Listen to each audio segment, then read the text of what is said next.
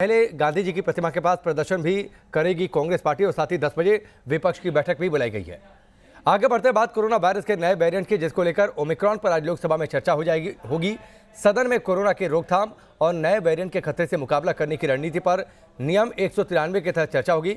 चर्चा के बाद स्वास्थ्य मंत्री मनसुख मांडविया अपने जवाब में सरकार की ओर से किए गए उपायों की जानकारी भी दे सकते हैं।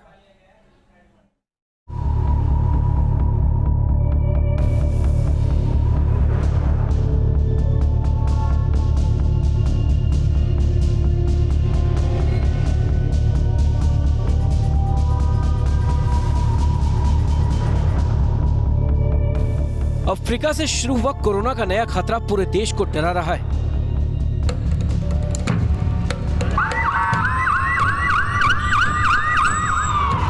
कोरोना की दूसरी लहर ने भारत में जिस तरह कहर बरपाया, उससे पूरा देश सहम गया। यही कारण है कि जब अफ्रीका में कोरोना वायरस के नए वेरिएंट ओमिक्रॉन के फैलने की खबर आई, तो भारत समेत पूरी दुनिया में खलबली मच गई। इस बात की आशंकाएं जताई जाने लगी कि ओमिक्रॉन वेरिएंट के कारण कोरोना की तीसरी लहर भी शुरू हो सकती है।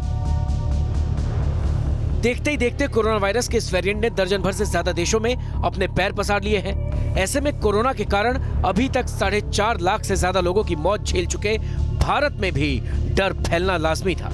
कुछ समय पहले ही भारत कोरोना के कहर से काफी हद तक उबरा है, लेकिन अब कोरोना के इस नए वेरिएंट ने एक बार फिर टेंशन बढ़ा दी है। कोरोना के नए वेरिएंट को लेकर सरकार भी सतर्क हो गई है।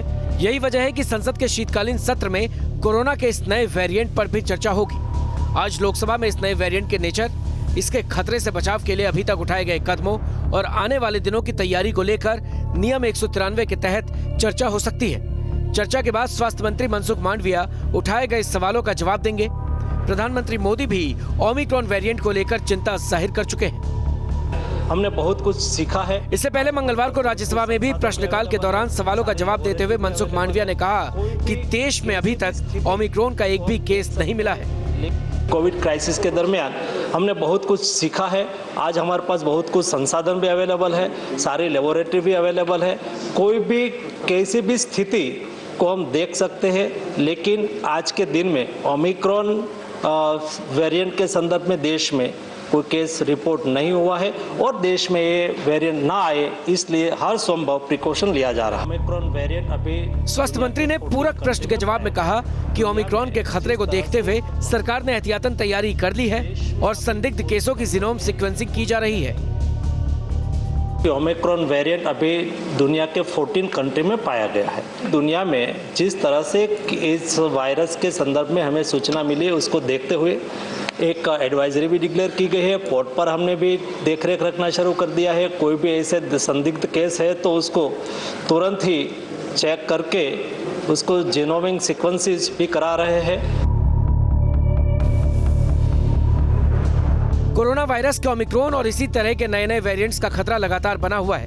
यही वजह है कि देश में वैक्सीनेशन की गति को और तेज करने की कोशिश की जा रही है। अब तक इस बीमारी की रोकथाम के लिए कोरोना वैक्सीन के 124 करोड़ डोज लगाए जा चुके हैं। जाहिर है कि भारत सरकार अपनी ओर से पूरी सतर्कता बरत रही है, लेकिन इस बीमारी पर पूरी तरह से रोक तभी संभव है जब देश के नागरिक भी कोरोना प्रोटोकॉल का पूरी तरह से पालन करें, फेस मास्क का इस्तेमाल करें और सोशल डिस्टेंसिंग मेंटेन करें।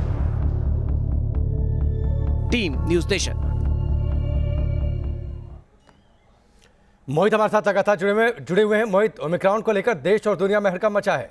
सरकार समय से पहले सतर्क है, लिहाजा आज संसद में इस पर चर्चा भी।